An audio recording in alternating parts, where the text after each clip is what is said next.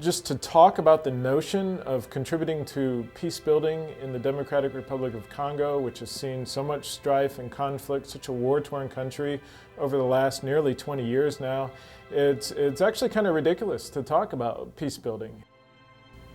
When I touched down, I just looked around, and then I whispered in the air as if I was speaking to my ancestors.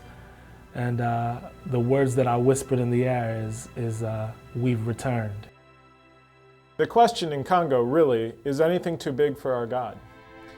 And when we approach it from a kingdom perspective, that is that Jesus is Lord. And in fact, in many very real ways, Jesus is Lord right now, but things don't look like that. I felt a little bit of weight in that, and the weighty side would be the lost part of history of what tribe am I from, or what part of Africa am I from? Will I ever know about my ancestry? And so just the emotion, all of the emotion that goes with that this part of history has been taken or robbed from me. We ask the question, well, if Jesus is in charge, if Christ is Lord in Congo, why does the situation look like it does? And part of the answer has to be that Christ's kingdom is being opposed by an anti-kingdom that wants to see violence glorified and destruction and misery multiplied.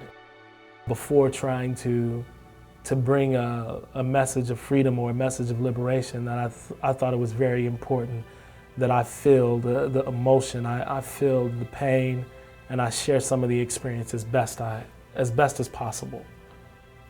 Part of our mission to go in this past February was to speak specifically to the pastors in these peace-building pilot areas, and to tell these pastors that have been ground down by the violence and despair around them to say, look, you are not powerless.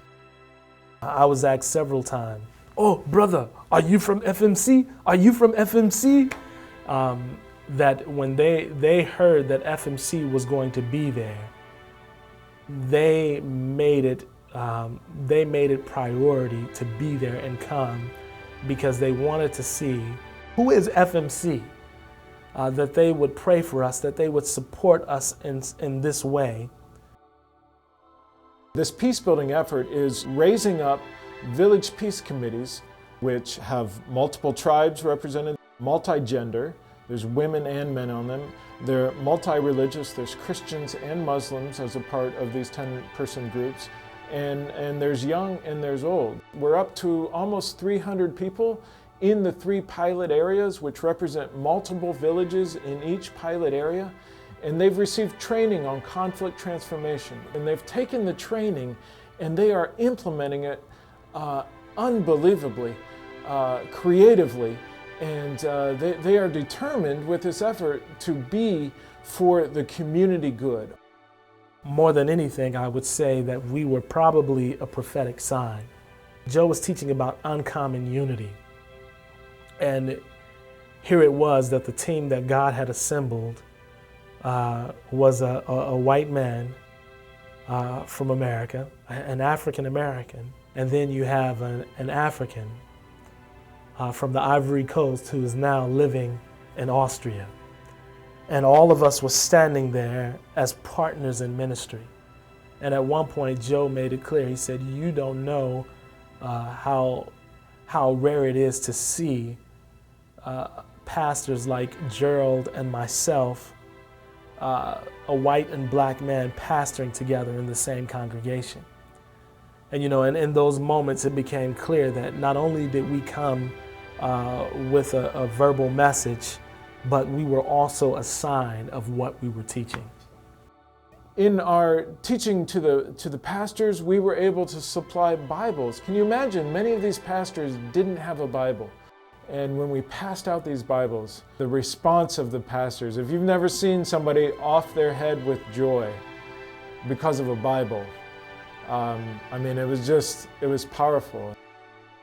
I like to think of it as ripples in the ocean. You drop something in the ocean and it makes those ripples that go out, and you don't know the extent of how far they travel. But I am fully persuaded that God is at work in the Congo and that He is doing a great work there. And to say that what we are doing there is really the hand of God at work.